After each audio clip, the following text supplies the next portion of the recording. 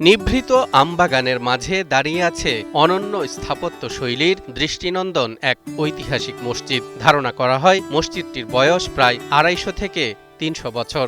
মসজিদটা বয়স অনেক দিন হবে। মসজিদটা ২৫০ থেকে ৩০০ বছর বয়স হবে। তবে জেনে অবাক হবেন, ঐতিহাসিক এই মসজিদের তদারকি ও দেখভালের জন্য নেই কোনো সঠিক ব্যবস্থাপনা। এমনকি মসজিদের দায়িত্বে নিয়োজিত একমাত্র ব্যক্তি মসজিদটির ইমাম সাহেবও পান না নিয়মিত বেতন ভাতা। মসজিদটাতে আমি ২০০০ সাল থেকে আছি। মসজিদটার আসলে বাপ মা কেউ নাই, মানে দেখাশোনা ওরকম লোক নাই। এই যে আমি জালাল সাহেব আমাকে বেটি তেনার মানে আমাকে ৩০০০ টাকা করে বেতন দিত, কিন্তু বেতনটা আমাকে ১৩ মাসের বেতন দেয়নি।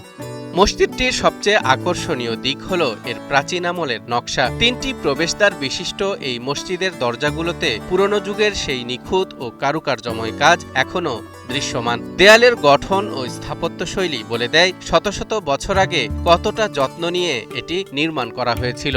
২০০০ সাল থেকে মসজিদটা মানে নতুন করে হয়েছে।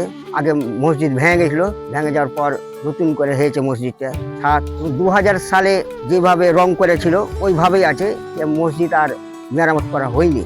জানা যায় শত বছরের ঐতিহ্যবাহী এই মসজিদটি দীর্ঘদিন ধরে লোকচক্ষুর অন্তরালে থাকায় একসময় হয়ে পড়ে পরিত্যক্ত ও জরাজীর্ণ। বন্ধ থাকে নামাজ আদায়। এরপর ২০০০ সালে মসজিদটি সংস্কার করে নামাজ আদায়ের উপযোগী করেন কাজী জালাল আহমদ নামের সাবেক এক উচ্চপদস্থ সরকারি কর্মকর্তা। তিনি ইমাম হিসেবে নিয়োগ দেন হাফেজ মোহাম্মদ মঈনুদ্দিনকে। এরপর থেকে মসজিদটিতে নিয়মিত জুমার নামাজ সহ ৫ ওয়াক্ত নামাজ আদায় করা হয়। মসজিদে মুসাল্লি হয়, মানে আশেপাশে লোকজন যারা নামাজি তারা নামাজ পড়তে আসে।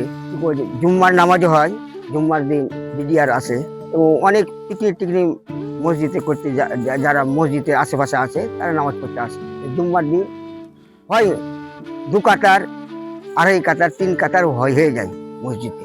চাঁপাইনবাবগঞ্জের ভোলাহাট উপজেলায় ভারত সীমান্ত ঘেঁষা এক নিভৃত আমবাগানের মাঝে মসজিদটির অবস্থান। স্থানীয়দের কাছে এটি কাজী জালালের মসজিদ নামেই বেশি পরিচিত। বহুত পুরাতন মসজিদ। আমরা ছোট থেকেই দেখছি এখানে অনেক বাড়ি ঘর ছিল, ভেঙেছে এবং মসজিদটা এইভাবেই ধরা আছে মেরামত করে, যখন ইমাম সাহেব রেখেছে বাগানে সব নামাজ পড়ার জন্য। মসজিদ প্রাঙ্গণেই রয়েছে একটি পারিবারিক কবরস্থান। ২০০৫ সালে এই মসজিদের প্রধান সংস্কারক কাজী জালাল আহমদ ইন্তেকাল করেন এবং তাকে মসজিদের সামনেই সমাহিত করা হয়। তিনি সহ তার পরিবারের মোট ৬ জনের সমাধি রয়েছে এই পারিবারিক কবরস্থানে।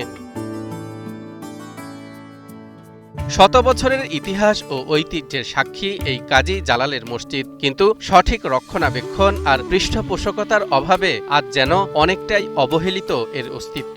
ঐতিহ্যবাহী এই প্রত্নতাত্ত্বিক নিদর্শনটিকে টিকিয়ে রাখতে এবং নিয়মিত নামাজ আদায়ের পরিবেশ সচল রাখতে সংশ্লিষ্ট কর্তৃপক্ষের দ্রুত নজরদারি ও কার্যকর পদক্ষেপ কামনা করছেন স্থানীয়রা।